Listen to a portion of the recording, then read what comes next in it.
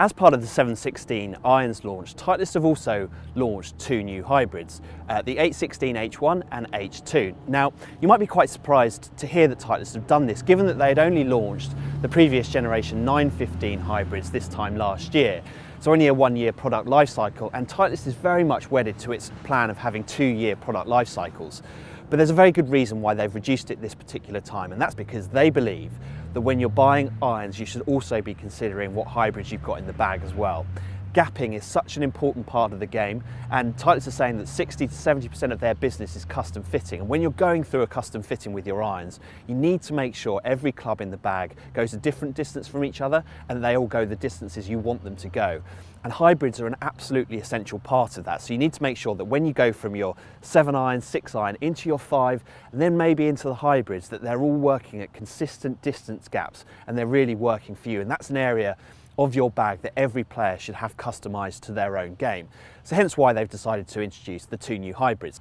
This is very much an evolutionary product over what we saw in last year's 915 hybrids. But what they have done is made a few tweaks to get even more performance out of this. You'll notice the same Active Recoil Channel that they introduced with the 915, and that will offer exactly the same performance benefits in terms of making it a little bit more forgiving, but offering some crucial extra ball speed through impact. But what they've done is they've beveled down the edges, so they've taken off a little bit from the leading edge and the back, just to make it a little bit wider. Also enables people to get any muck that appears within these areas out, and it improves the turf interaction that you're getting from your hybrids. They've also made these hybrids slightly higher launching, and there are some more loft options available. Again, it sits in with that idea of helping people hit those key distance gaps that they're looking for at the top end of the bag. As I said previously, there's two versions, an H1 and an H2, so they're simplifying things a little bit from the previous generation, H and HD. And we're here at the London Club where we have the GC2 launch monitor and the range to ourselves, and we're going to put them through their paces to find out exactly what performance benefits the new generation can offer.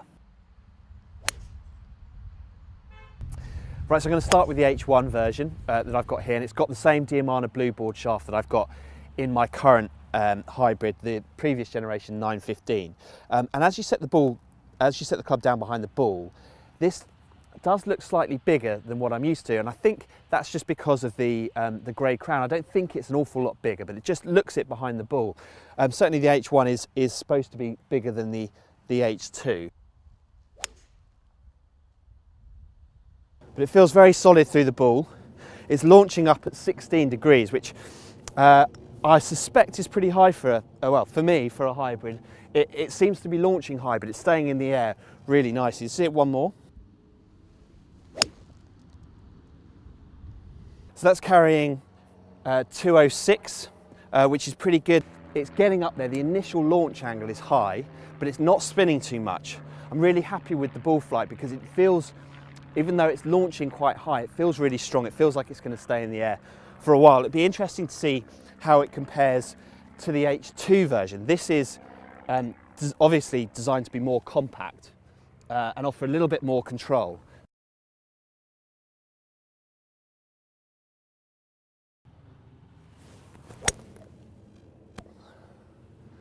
That one I just went through the turf slightly. It goes to show it does seem to get through the turf nicely, this. I think that's something, as you hit ball after ball on a perfect range, that's not really going to affect you too much. But when you're out on the golf course and you're needing to hit shots from little cuppy lies, or when you're slightly in the rough, or whatever bad lies you might need to hit your hybrid from, that extra sole relief that you're getting here, I think will come into its own.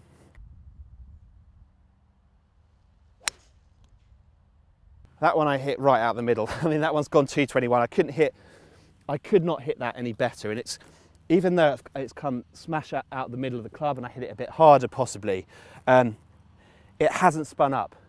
It hasn't spun up. The initial launch angle is down at 10.5, so quite a bit less than the H1. It does show you the difference between H1 and H2. It shows you the difference nicely. Okay, so I've had the chance to have a really good test of the new hybrids, and I have a few thoughts. I think the first point to make is I think having H1 and H2 is easier for people to get their head around than the previous generation H and HD.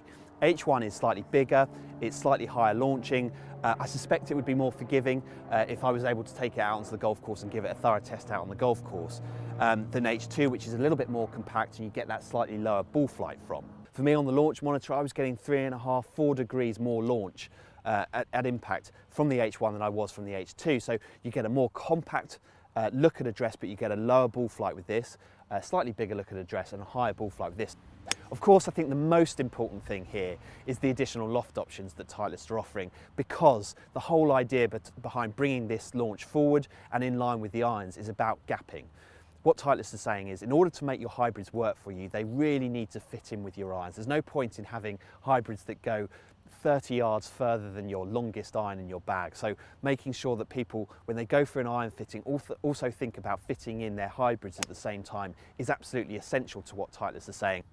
So keep your eye out for these. These will be on the shelves very soon. They have a recommended retail price of $205, which certainly puts them at the premium end of the market. But once you put them through their paces and give them a good test, you'll see there's plenty of performance benefits in here, especially if you can line them up with your irons.